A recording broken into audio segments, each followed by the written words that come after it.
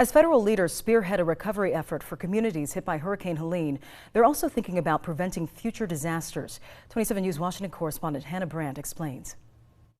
The devastation from Hurricane Helene is widespread, and federal leaders say they're pouring resources into the recovery effort. This is going to be a long journey, but that's exactly why the work has been underway from day one. But they're also looking at the bigger picture. Storms like Helene are getting stronger and stronger. And President Biden blames climate change. Nobody can deny the impact of climate crisis anymore. At least I hope they don't. They must be brain dead if they do. White House advisor Tom Perez says the impacts of climate change are intensifying. We are having these conversations in places like Florida, not every 100 years, but with great frequency. The Biden administration tells me the plan is to rebuild communities hurt by Helene with an eye toward the increasing threats. Our immediate focus is to make sure people get that help that they need, but we're also working to make sure that we're smarter for the long term so that our infrastructure is more resilient. Transportation Secretary Pete Buttigieg says they're working on ways to blunt the effects of severe weather. Better evacuation routes for future hurricanes, or materials that are better able to withstand a storm,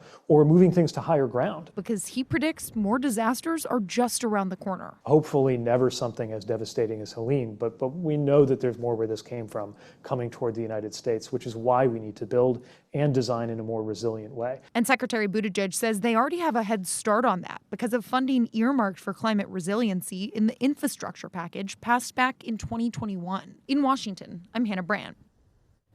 And you too can help those impacted by Helene. Here at 27 KSNT, our parent company, Nexstar, has launched a campaign with American Red Cross raising money for storm victims. If you would like to donate or assist with recovery efforts, you can do so by visiting ksnt.com/Helene.